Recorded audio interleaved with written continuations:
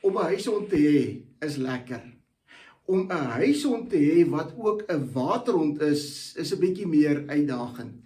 Maar as jy 'n huishond het wat ook 'n waterhond is met wit teels en 'n tuin waarin daar gewoonlik modder is, dan is dit nag. En dan het ek 'n spaghetti mop wat vir my grillerig is. Ek hou nie daarvan om met hom te werk nie. Maar die vloere moet skoon. En toe gaan YouTube ek spaghetti mopping for beginners. En ek beloof vir julle 25 sekondes later, toe's ek 'n pro in mopping. En ek hou selfs daarvan om te mop. Ek weet die lewe het baie keer krinkels en goed wat nie vir 'n mens lekker is nie, waarmee 'n mens struggle. En ek wil vanmôre vir jou kom sê, daar is 'n antwoord. Daar is 'n beter manier om dit te doen. Jy moet net daarvoor gaan soek.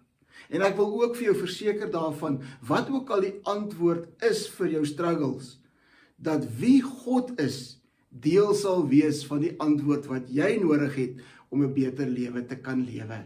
En dis hoekom God in 1 Petrus 2 vir ons kom sê, mag daar vir jou genade en vrede in oorvloed wees. Hoor God se hart vir jou? Genade en vrede in oorvloed. Hoe kry ons dit? Deur ons kennis van God, ons kennis van Christus Jesus, wie hy is, maar ook deur die werking van die Heilige Gees. In Matteus 11 vers 28 kom nooi Jesus jou en sê, kom na my toe, jy wat uitgeput en oorlaai is. Kom na my toe, jy wie se lewe lyk soos wat my vloere lyk met my hond. Kom na my toe en ek sal vir jou rus gee. Kom neem my juk op jou en leer van my, want ek is sagmoedig en nederig van hart, en jy sal rus kry vir jou gemoed.